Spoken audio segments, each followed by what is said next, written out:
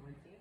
And I'm going to start off modeling first. At this point, your students may be familiar with this routine, so you may be able to just model a few patterns for them, and then they can get started right away with reviewing previously learned skills. My turn. Ayot, d, r, b, er. Your turn. J, k, I, w. You want to be strategic here. You want to make sure that as you are reviewing these sounds or word parts or syllable types, that you're strategically figuring out which ones your students need more support with. And you would get that information from your diagnostic or your progress monitoring data, which means you may not necessarily be going in the row. You may strategically be picking up or calling out on certain sounds or patterns that they were having trouble with on their most recent assessment.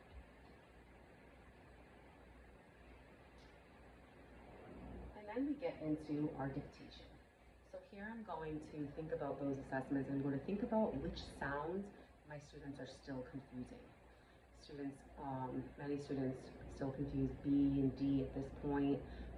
Sometimes they're confusing those vowel sounds, especially if they're English language learners.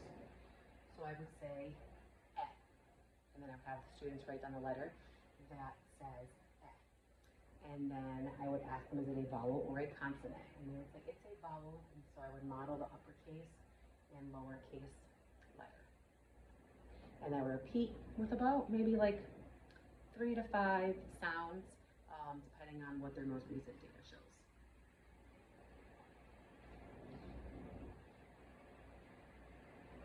For pattern review, here's where we review previously learned patterns.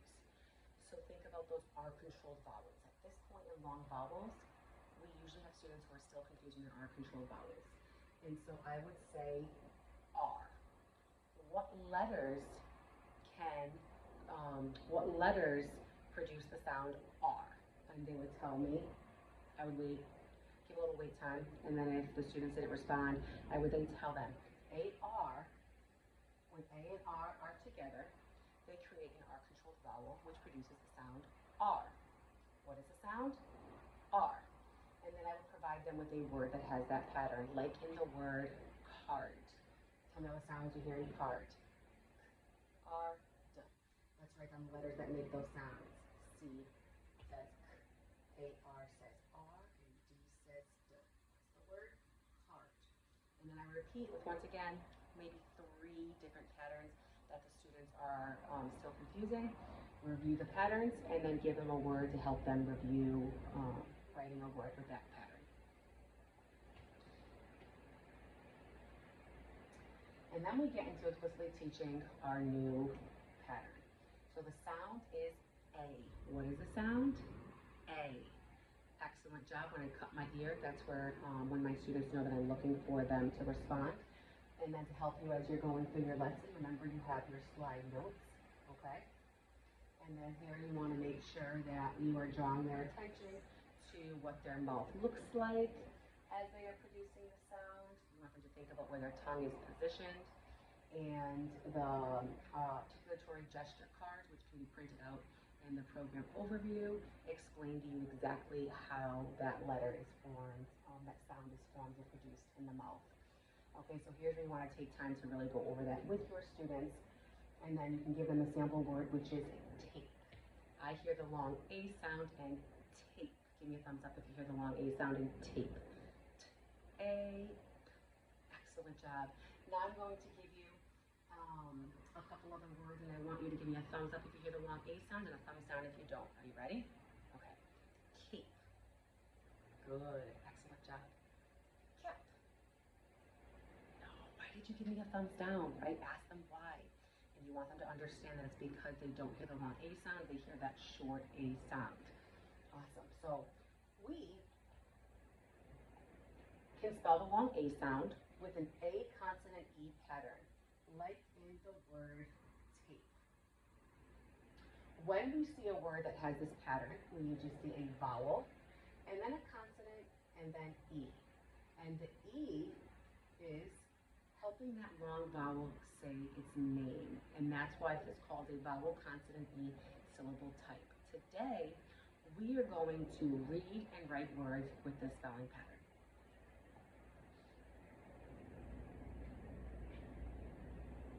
Now, give me a thumbs up if you hear the long A sound in cake. Excellent job. I hear the long A sound too, right? I hear the vowel is saying its name. Now, when we hear the K sound after a long vowel sound, it is going to usually be spelled with a K. Okay? So when you hear a long vowel sound and then you hear K, it's usually going to be spelled with a K.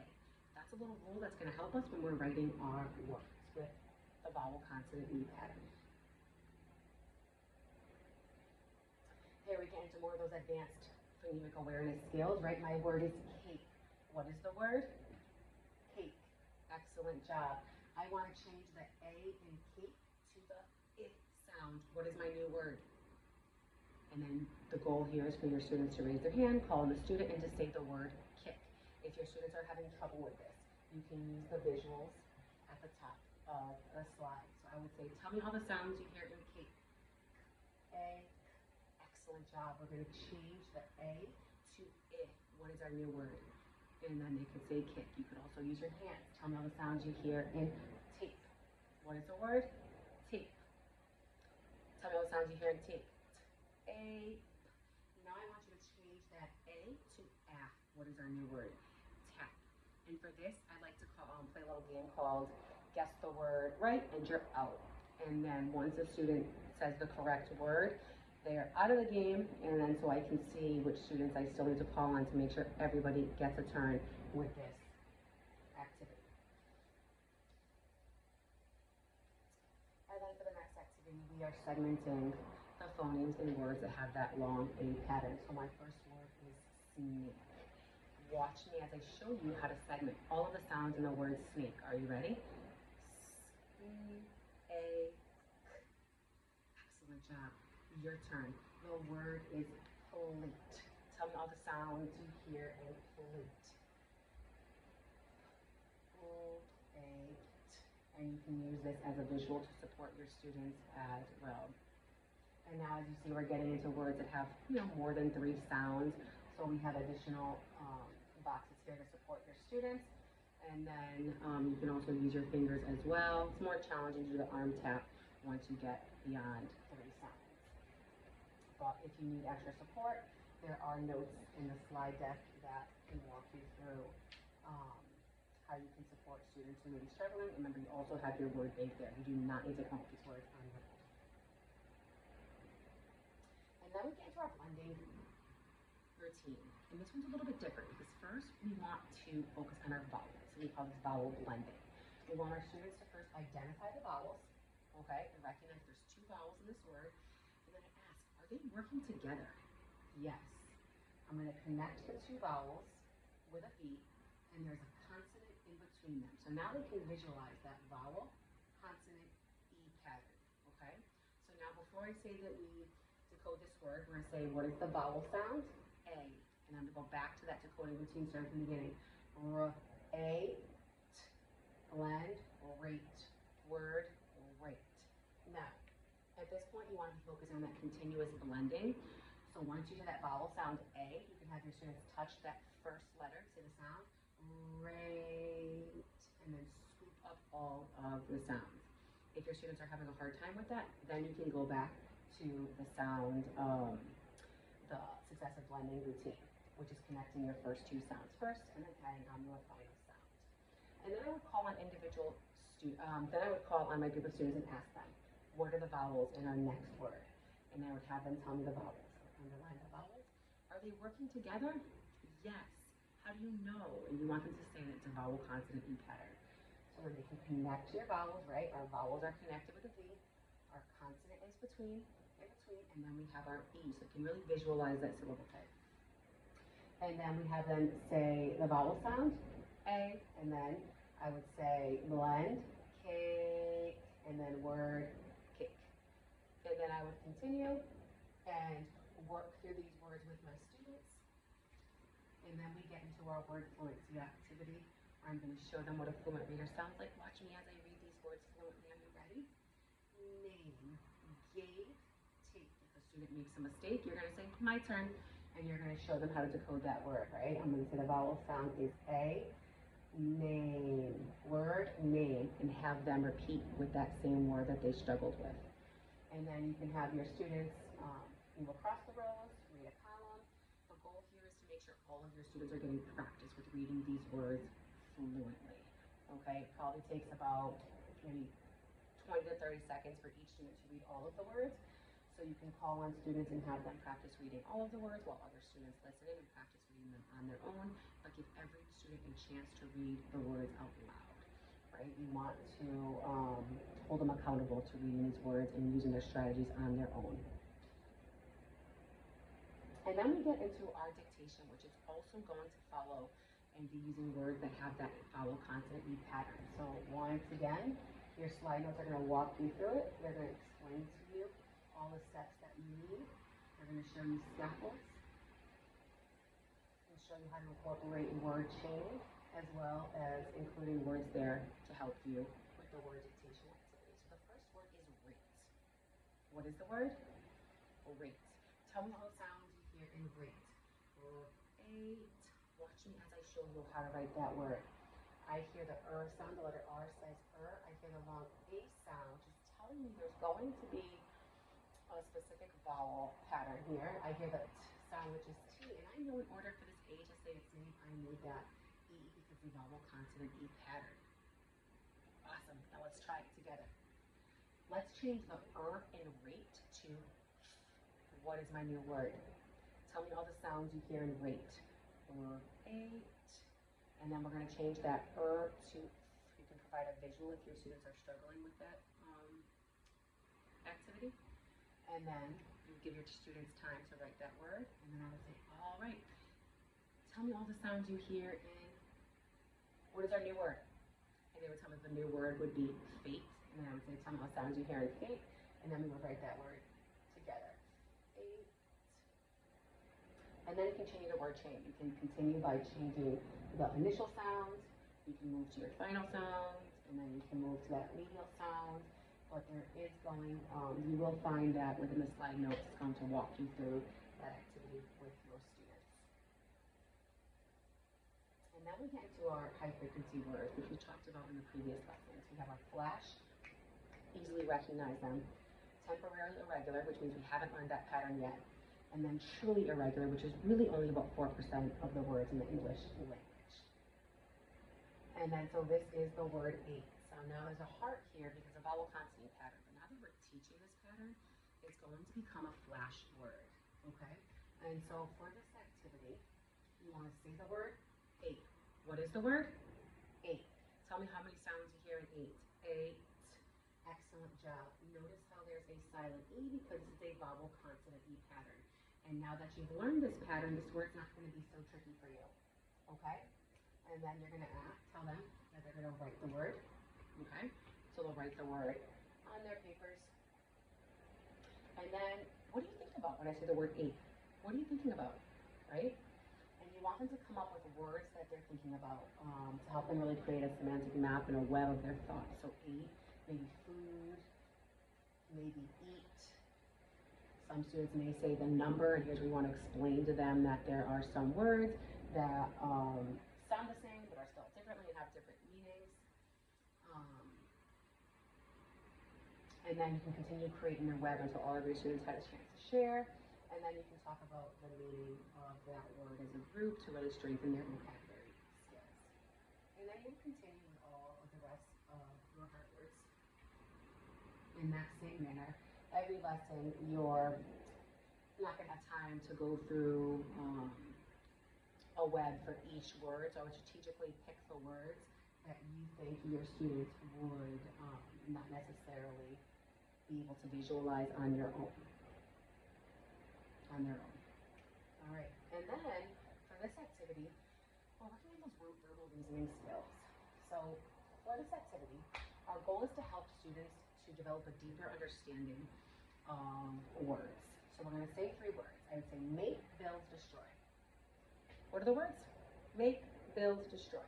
All right, so now let's think about what each of these words means. And then you would ask your students to come up with a web of words that they think about when they hear this. So make, we put together, right? Build, maybe you're thinking about Legos or constructing something. Destroy, take down. After we've talked about the meaning of those words, I'm going to ask them, which word doesn't belong?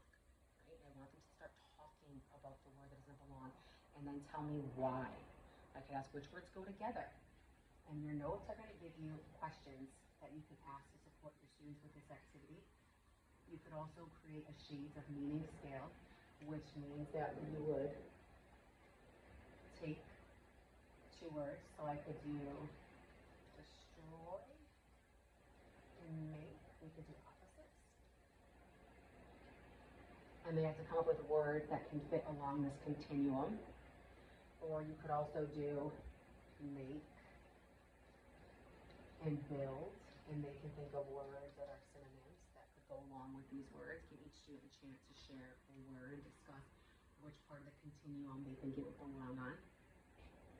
So the goal here, once again, is to strengthen their vocabulary and to really support them and help them to see how the meaning of words can change, and to understand how words with similar meanings can have slight differences in intensity or context. So it's a really fun activity to strengthen those vocabulary skills. Here's a review. Here's where you're reviewing previously learned hard words. So for this activity, you can either have students read independently, you could choral read, you could echo read. I usually do choral read these words with the students because we do want to keep the pacing moving throughout all of the lessons. If you know students are really struggling with a specific word, then you can focus on those words during this time for that review. If you don't have time, that's okay. At some point during the week, maybe Friday, make sure you're taking time to review these hard words to build their fluency with those previously learned words. And then we review our syllable types. This is really important because even though in the next unit they're going to learn some division rules, we don't want to focus too heavily on those rules because those rules can become overwhelming. So we want them to understand the different syllable types, because once they have a strong understanding of those syllable types, anytime they see an unfamiliar word, they can start to divide the word in a way that makes sense to them based on these syllable types. It'll be easier for them to decode those words. So the word is store.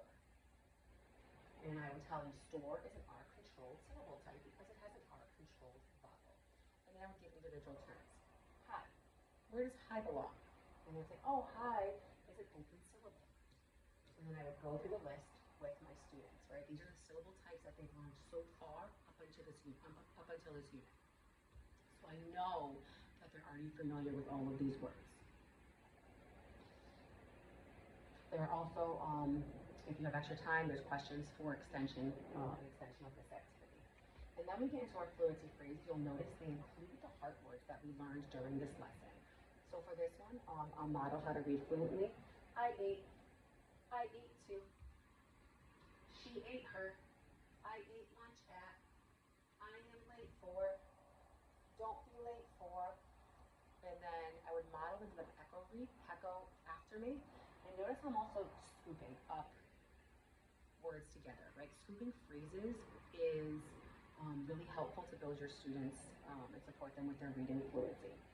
So you can start to introduce scooping phrases to your students during this activity. And then we get into our decodable text.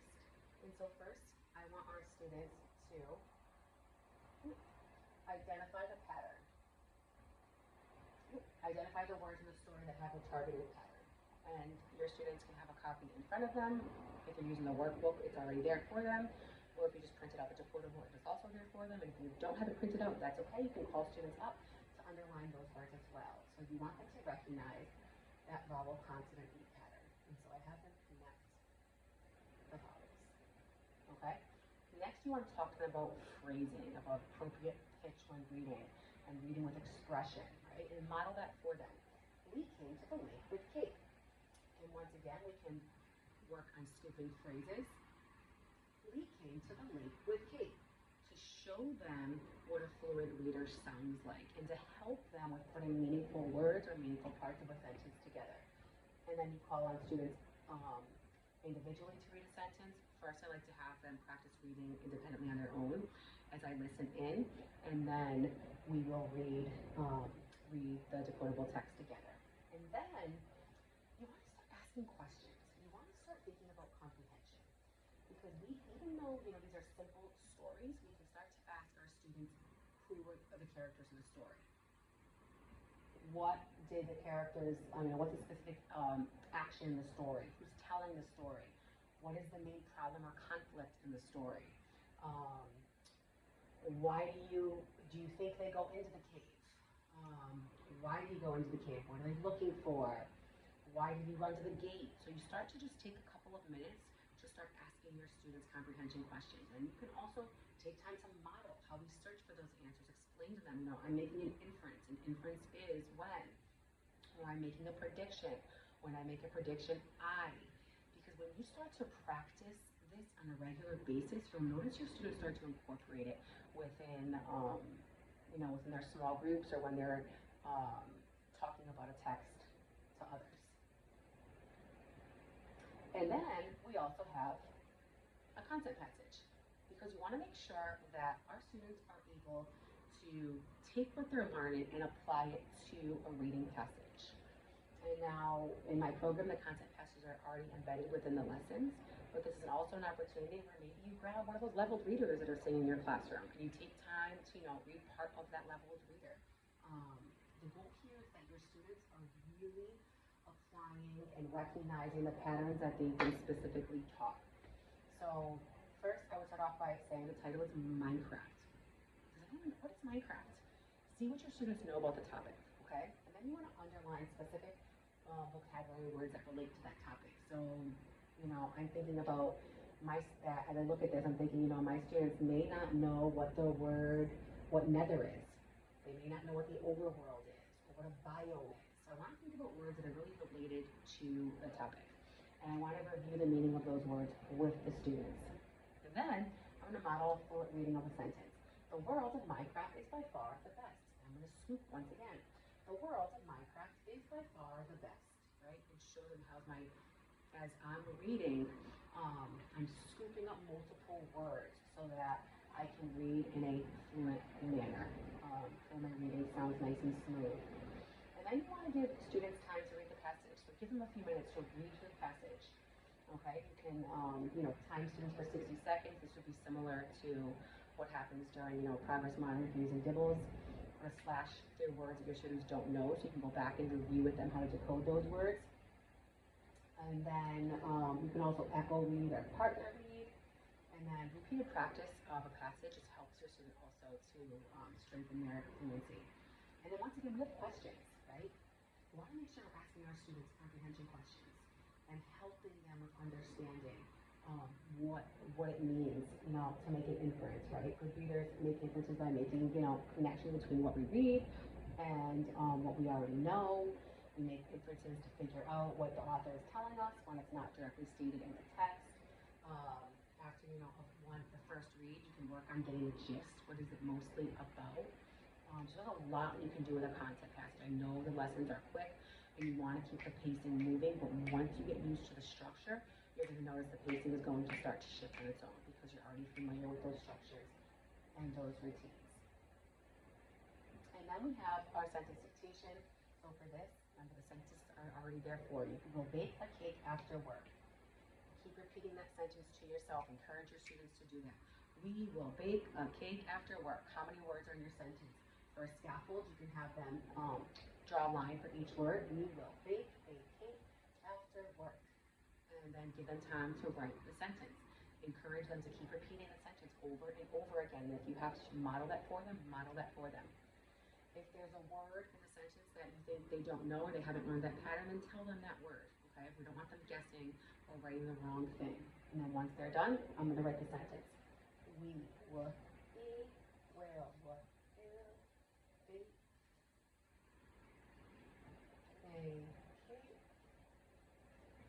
after work. And I want them to check their sentence, right? I want to make sure they wrote it accurately. Okay, we want to give them immediate feedback, and we want to make sure that we are supporting them and making sure that they wrote the sentence correctly. And then, if you wanted to hear, ask some, grammar questions. Who's baking a cake? What do they do, right? They will bake. What will they bake? A cake, right? For example, those nouns, those adjectives, those verbs, pronouns. So you can really layer in several activities within, several different activities within a lesson if you're really strategic about your questioning. And then here we're working on, some syntax. So they have to read the words and then figure out and how to put those words together. The goal is here is for them to say that the cat ran to the mat. Who ran to the mat? The cat did what, right? Ran. When? They don't tell us when. When do you think the cat ran to the mat, right? Where did the cat run to the mat, and then why? Well, I don't know. Now they have to think about, well, why would a cat run to a mat, right? And they have to start making inferences. So unscrambling sentences is a tactical learning skill that gives students a chance to practice sentence structure while improving their comprehension, inferencing, and verbal reasoning. And then there is as you come to the end of the lesson, you're going to notice that there is an activity that can be used with the content passage, or if you want to use a leveled reader or a story that goes along with your science or social studies topics, you can do that as well. But the goal here is to explicitly teach your students how to make predictions, right? So you are going to be modeling, you are going to be using a variety of strategies to support them with this skill. And then we still have our oral language component, which is really important. We want to get our students talking. We want them talking, we want them to be speaking in complete sentences, and that's why we have this activity incorporated in all of our units. So you're going to study a photograph. Photographs are real pictures that are taken with a camera. What do you see? Right? What do you notice? Why do you think they are outside? What are you wondering as you look at this picture? And then if your students answer an incomplete sentence, model answering in a complete sentence. What connections can you make? Have you ever done karate before? And so there are a lot of different question types. You're not going to go through all these question types, but they are here to guide you and to support you. You want to make sure all of your students get a chance to talk about what's happening in this picture, because they're really going to be strengthening those comprehension skills and working on just improving their oral language. And that completes a lesson from the long vowel unit. All the lessons, once again, are going to follow the same structure. There's going to be similar routines. The whole purpose of that is because as our students are learning new targeted patterns and new skills, we want them to only have to worry about learning that new pattern or that new, phoneme grapheme correspondence. We don't want them having to think about what else they have to do. So all of the routines are very familiar for them, and then it makes it easier for them to remember those skills and those patterns, because it reduces that cognitive overload. And any questions, feel free to reach out. But here's a sample lesson, and I will chat with you later.